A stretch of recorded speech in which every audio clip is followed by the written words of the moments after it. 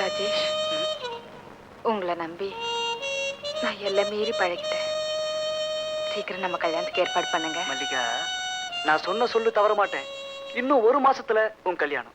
Okay Rajesh, நீங்க எனக்கு கிடைச்சது நான் செஞ்ச பாக்கியம். எல்லாம் பேச்சோட சரி, செயல்ல ஒண்ணுமே இல்ல. ஏன் உங்க விருப்பப்படி நான் நடந்துக்கலையா? இன்னுமும் உனக்கு அச்சமும் நாணமும் விலகலையே. மனைவியானவ படுக்காரையில தாசி மாதிரி நடந்துக்கணும். கணவனுடைய முழு ஆசையும் பூர்த்தி செய்யணும். Okay, come on.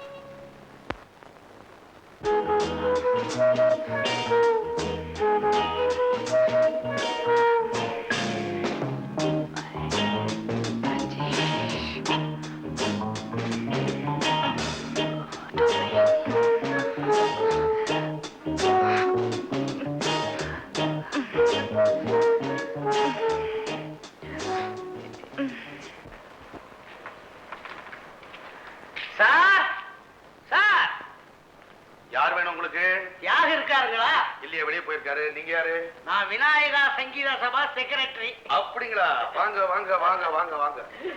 ஆமா, நீங்க யாரு? நானு தியாகோட பர்சனல் செக்ரட்டரி. உட்காருங்க. என்ன விஷயம்? டிசம்பர் 25ஆம் தேதி எங்க சபாவில ஆண்டு விழா. அப்போ நம்ம தியாகுடைய கச்சேரி வேணும். சிக்குதே. எது தேதி? 24ஆம் தேதி அண்ணன் கோலாலம்பூர்ல இருக்காரு. வந்துடலாமே பிளைன்ல. பினாங்கல கேக்குறாங்களே. எப்படியோ இந்த டேட் எனக்கு வேணும். ரேட்டை பத்தி கவலை இல்ல.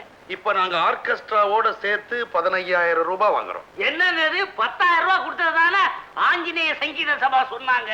அது 6 மாசத்துக்கு முன்னால ஸ்ரீராமா சபாவில கேளுங்க. 15,000 ரூபாய் வாங்கி இருக்கிறோம். உங்களுக்கு கூட்டலையேன்னு நீங்க சந்தோஷப்படுங்க. இந்த பாருங்க, 5,000 ரூபாய்க்கு ரசீது கொடுப்போம். 10,000 ரூபாய்க்கு இது என்னது? தனி கணக்கு. ப்ரோக்ராம் அன்னைக்கு ஒரு 100 சாத்துக்குடி. என்ன வியாபாரத்துக்கா? இல்லங்க, புழிஞ்சு அண்ணனுக்கு கொடுக்கறதுக்கு. த்ரோட் ஸ்மூத்தா இருக்கணும் பாருங்க. இந்த காலத்து சாத்துக்குடி எல்லாம் 10 புழிஞ்சா கூட 1 டிராப் தானே வருது. அதுக்கப்புறம் 3 கிலோ பனங்கள் கண்டு. இந்த 3 கிலோ பனங்கள் கண்டா? அதுல தாங்க வம்பு. அவர் தனியா சாப்பிட மாட்டாருங்க. வாசிக்கிறாங்களே அவங்களுக்கு எல்லாம் பிச்சு பிச்சு பிச்சு போய் கொடுப்பாரு. அதுக்கப்புறம் 12 டப்பா அமிர்தாஞ்சனம் வாங்கிக்கிங்க. என்ன ஜனங்களுக்கா? வாசிக்கிறப்போ வயலின் வாசிக்கிறப்போ கைகி பேசுங்க. நாங்க அப்படி நீவி நீவி விடலாம் பாருங்க. ப்ரோக்ராம் கிடக்கூடாது. அதுக்கப்புறம் நல்ல பசு நெய்ல செஞ்ச திருநெல்வேலி அல்வா 25 கிலோ. இது 25 கிலோவா? அடுத்த கச்சேரிக்கு சேர்த்தா கேக்குறீங்க? மியூசிக் பார்ட்டி எல்லாம் புள்ள குட்டி ஜாஸ்தி போவோம். அனுபவிக்கட்டுமே பாவம். பால் ஐட்டம் சொல்லலையே சார். பாலை காய்ச்சி நாங்க கார்ல எடுத்துன்னு வந்து அது ததும்பி ததும்பி கீழே விழும். நீங்களே ஒரு டெல்லி பசு பிடிச்சி ஒரு 10 படி கறந்து நல்லா காய்ச்சி ஒரு பிளாஸ்க்ல ஊத்தி மஞ்ச பொடிய தூவி குங்குமப்பூ போடலாமே. ஒரு 1/2 கிலோ கிராம்பு. என்ன பிரியாணியா செய்ய போறீங்க? அண்ணன் பாடுறப்ப ஒன்னொன்னா போட்டா பிச்சுக்கும். எது? த்ரோட்டு பிச்சுக்கும். அப்படியா? எப்படியோ அந்த டேட் நமக்கு கிடைச்சி கச்சேரி சாம் சாம் நடக்குது. கொடுத்துறேன் 3 மாசத்துக்குள்ள 2,500. வாசு, என்ன இதெல்லாம்? இது அட்வான்ஸ் ப்ரோக்ராமுக்கு. நீங்க புறப்படலாம். இல்லைங்க சார், நாங்க உங்க அட்வான்ஸ். ப்ரோக்ராம் அன்னைக்கு நீங்க 10,000 ரூபாய் கரெக்டா கொடுத்தா போதும். நான் ஃபுல் அமௌண்ட்டுக்கு ரசீது கொடுத்துறேன். வேற அனாவசியமா எனக்காக எந்த செலவும் நீங்க செய்ய வேணாம். ப்ரோக்ராம் அன்னைக்கு நானே என் கார்ல அங்க வந்து சேர்ந்துருவேன். ஆஹா ஆஹா ஆஹா. வாசு, நீங்க வந்து ரொம்ப நேரமாச்சா? ஏன்ப்பா அப்படி எல்லாம் நடந்துக்கிறேன்? நீ கேட்கறப்பெல்லாம் நான் பணம் கொடுக்குறேன். இன்னும் எவ்வளவு வேணாலும் பணம் கேளு, கொடுக்குறேன். எனக்கு இப்படி கேட்ட பேர் உண்டாக்காதப்பா. உங்ககிட்ட நேரடியா பணம் வாங்கி செலவு பண்ணா அதுல ஒரு த்ரில்லே இல்ல. ரைட்ல லெஃப்ட்ல மாத்தி வாங்கினா சந்தோஷமா இருக்குது. வழக்கத்தை மாத்திக்கவே முடியல. பிச்சைக்காரத்தனப்பா. ஐயோ, மாத்திக்கிறேங்க. என்ன எந்த மாசமே காலி பண்றேன்னு சொன்னா பண்ணல. நான் அவனை காலி பண்ண வைக்கிறேன். அவனை என்ன பண்ணி காலி பண்ணி வைக்கிறேன்னு பாருங்க நீங்க. அவர் இருக்கிறப்ப ஏன்டா இப்படி அசிங்கம் பண்றீங்க?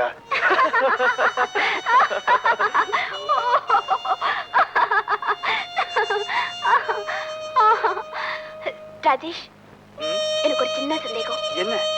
ஸ்வீட் 16 சொல்றாங்களே, அதாவது 16 வயசு இனிமையான பருவம்னு. அப்படின்னா 16 வயசுக்கு மேல அந்த இனிமை குறைஞ்சிருமா? 16 வயசுலதான் இந்த இனிமையான எண்ணங்களே ஆரம்பமாகும். அது வயசாக வளரும். மொத்தத்துல 15-16 ஆரம்பிக்கிற இந்த பருவகால இனிமே 24-25 வயசு வரைக்கும் நிக்கும். அதுக்கப்புறம் 24ல இருந்து 40 வரைக்கும் பக்குவமான வயசு. கனவுகள்ல இருந்து விடுபட்டு நிதர்சனமான குடும்பம், குழந்தை, உலகம்னு பக்குவம் அடைகிற வயசு. 40க்கு மேலே சில பேர் நாய் குணம்னு சொல்றாங்க, சில பேர் வாலிபம் திரும்புன்னு சொல்றாங்க. என்னமோ ஒரு தலைமுறை முழுக்க வாழ்ந்தவ மாதிரி பேசுறியே. உமா, நம்ம கேட்டும் படிச்சும் பார்த்தும் தெரிஞ்சுக்கிற எல்லா விஷயமுமே அனுபவம் மூலியமா தெரியும் போதுதான் முழு நினைவு பெறும். உதாரணத்துக்கு நீ ஒரு படத்தை பார்த்துட்டு வந்து என்கிட்ட நல்லா இருக்குன்னு சொல்றேன்னு வச்சுக்கோ, அதை நான் முழுமையா அனுபவிக்கணும்னா அந்த படத்தை பார்த்தா தானே தெரியும். கரெக்ட். இப்போ உனக்கு என்ன வயசு? 20. வயசுக்கு மீறி பேசுறேன். நீ பக்கத்துல இருந்தா நான் பேசிக்கிட்டே இருப்பேன். உனக்கு வேற ஏதாவது சந்தேகமா? என்கிட்ட கேளு. கேக்கட்டுமா? ரஷ்யாவுக்கு சுதந்திரம் வாங்கி கொடுத்தது யாரு? ஸ்டாலினா பெர்லினா? என்ன கிண்டலா பண்ற? சரி சரி, ரொம்ப நேரமாச்சு, நாளைக்கு சந்திக்கலாம். See you. Bye bye. Bye. டேய் ராஜேஷ், யாரு இது? ரொம்ப பிரமாதமா இருக்காளே. பெரிய இடத்து பொண்ணுடா, என்னுடைய அடுத்த லட்சியம்.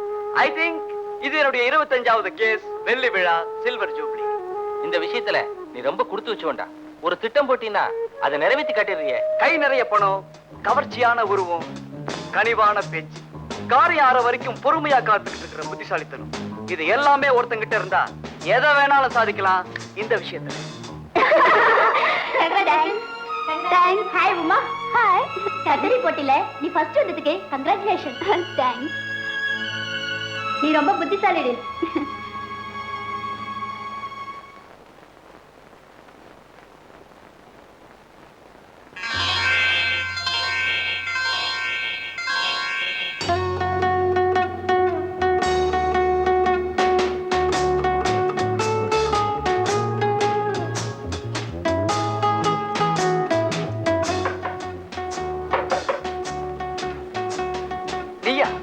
நீ எங்க வந்த?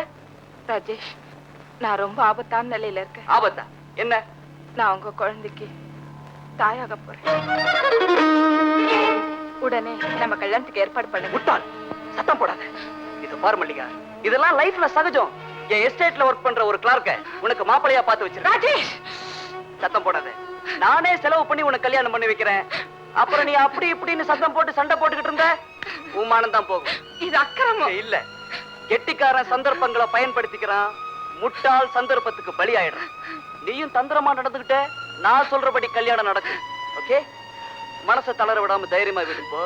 எனக்கு உள்ள முக்கியமான வேலை இருக்கு. பாய். ராஜேஷ்,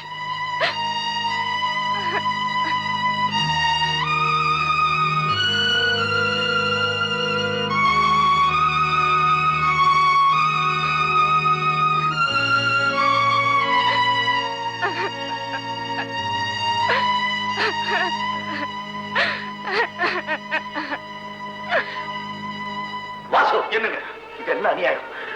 அவனை வெளியே அனுப்புறியா இல்ல நான் வெளியே போட்டு? நீங்க எங்க வெளியே போறீங்க? இது உங்க சொந்த இடம் மாதிரி. அவனை நான் வெளியேத்துறேன். இப்ப பாருங்க, பிச்சு பண்ணாரு அவனை. அடே அடே அடடே சின்ன பையா, அடடே ராஜேஷ், என்ன என்ன முதல்ல கதவு மூடு மூடு. ஏன் இந்த மாதிரிலாம் டிஸ்டர்ப் பண்றீங்க? உன்னை நான் ரொம்ப கெஞ்சி கேட்டுக்கிறதா, காலி பண்ணிடு, இல்லன்னா விஷயம் விபரீதமாயிடும். பாக்குறாரு பார். ஏன் போஷன்ல நான் எப்படி வேணாலும் நடந்துக்குவேன். அதை கேட்கறதுக்கு நீங்களா யாரு? ஒண்ணும் தெரியாத பெண்களை கூட்டிட்டு வந்து அவங்களை கெடுத்து நடுத்தரவில நிறுத்துறானே, அதை கண்டிக்க ஒவ்வொரு பொண்ணை பெத்த தகப்பனுக்கு உரிமை உண்டுன்னு சொல்லு. கேட்டியா? காலி பண்ணிடு. திடீர்னு வீட்டை காலி பண்ணுனா முடிகிற காரியமா அது? மரியாதையா காலி பண்றானா இல்ல போலீஸ் ஸ்டேஷனுக்கு வரானான்? போலீஸ் ஸ்டேஷனுக்கா? என்னையா? ஏயா நீ மட்டும் பெரிய யோகியனா? நீ கூட தான் ஒரு கொலையை பண்ணிட்டு ஜெயிலுக்கு போயிட்டு வந்திருக்க. உனக்கே இந்த வீட்டை வாடகைக்கு விட்டான்னு நான் என்னைக்காவது இந்த கிட்ட கேட்டிருக்கேனா? வார்த்தை அளந்து பேசல பல்லையில உடைச்சிருவார் ராஸ்கல். அடே, நீ பெரிய வீட்டுக்குள்ள கைகலப்பு ஏற்பட்டு அடிபடாத, மரியாதையா வெளியே போயிடு. அட சீப் போயா. உன் வீடு இல்லைன்னா எனக்கு 1000 வீடு இருக்கு.